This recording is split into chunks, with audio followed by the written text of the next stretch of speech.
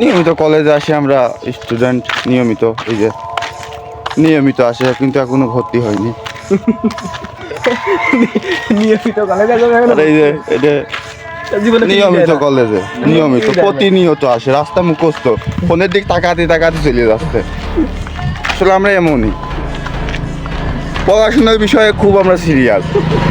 আমি এখন পর্যন্ত বই খুলি নাই। আর ফেরি দেখার কথা তো বলবোই না।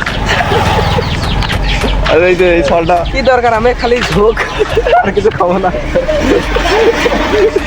আর এই যে আর এই যে এদিকে বিপ্লব, ওই যে এই ফলটার কথা কি বলবো, এখনো বলে বাংলা বলে মাঝে মাঝে পাঠিয়ে যাচ্ছে।